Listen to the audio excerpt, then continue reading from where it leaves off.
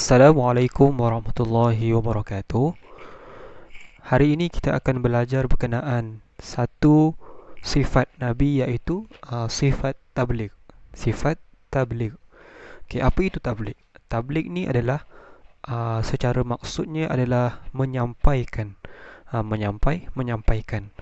Menyampaikan apa? Menyampaikan dakwah, iaitu ajaran Islam kepada orang lain. Jadi ini adalah tugas Nabi yang wajib Nabi lakukan apabila Nabi dilantik menjadi seorang Rasul, iaitu menyampaikan Islam. Baik, selepas itu ada satu hadis daripada Rasulullah sallallahu alaihi wasallam. Nabi bersabda, "Ballighu anni walau ayah." Ballighu anni walau ayah, iaitu maksudnya sampaikanlah daripadaku walaupun dengan sepotong ayat, atau walaupun dengan satu ayat. Maksudnya Nabi juga mengajak kita ataupun menyuruh kita untuk menyampaikan Islam kepada orang lain. Maksudnya bukan Nabi sahaja yang wajib menyampaikan, kita juga sebagai umat dia ataupun sebagai orang Islam wajib menyampaikan ajaran Islam kepada orang lain. Okey, kita lihat pula kepada kisah-kisah ataupun contoh-contoh bagaimana Nabi menyampaikan dakwah Islam ini kepada orang lain.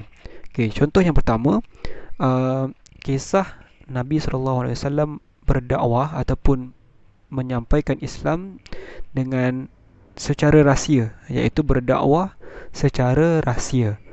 Iaitu kisah ini berlaku apabila Nabi mendapat wahyu di peringkat awal pada tahun 3 tahun yang pertama, iaitu Nabi berdakwah dengan orang-orang yang terdekat. Contohnya seperti isteri Nabi Khadijah binti Khuwailid, kemudian Abu Bakar As-Siddiq, kemudian Ali bin Abi Talib, dan juga Zaid bin Harithah.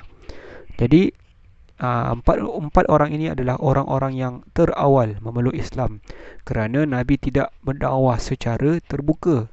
Nabi berdakwah secara rahsia, iaitu dengan orang-orang yang rapat dan kenal seperti keluarga dan juga kawan baik Nabi.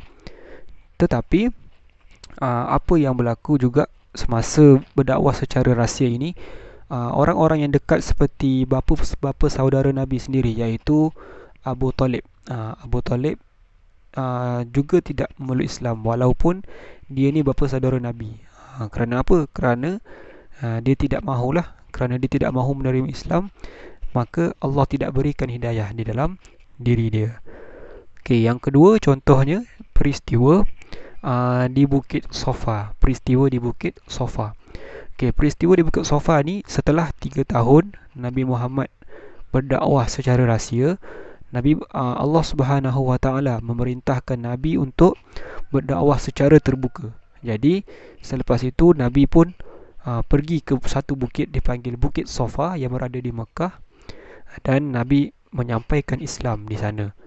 Nabi menyeru kepada semua masyarakat Mekah. Nabi panggil semua masyarakat Mekah, "Wahai orang Mekah, dengar sini, aku nak bercakap." Jadi semua orang pun datang kepada Nabi dekat Bukit Safa, dan Nabi pun menyampaikan Islam.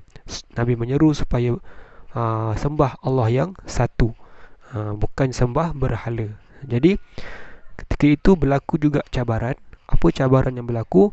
Ketika itu Nabi mendapat kutukan ataupun kena maki, kena caci dengan orang-orang Mekah yang lain, termasuklah dengan pakcik Nabi sendiri, iaitu Abu Lahab. Kamu pasti kenal Abu Lahab. Jadi Abu Lahab ni antara orang yang menentang Nabi Muhammad SAW, walaupun dia ni pakcik Nabi. Dan cerita tentang Abu Lahab ni disebut dalam surah Al-Masad, iaitu tabbat yada abi lahabi wa tab. Dalam surah ni Allah menyebutkan celakalah tangan Abu Lahab. Maksudnya Allah melaknat Abu Lahab dan juga isterinya. Okey, walau bagaimanapun Nabi tetap berusaha untuk menyampaikan dakwah kepada masyarakat Mekah yang lain, walaupun mendapat tentangan yang kuat daripada keluarga Nabi sendiri.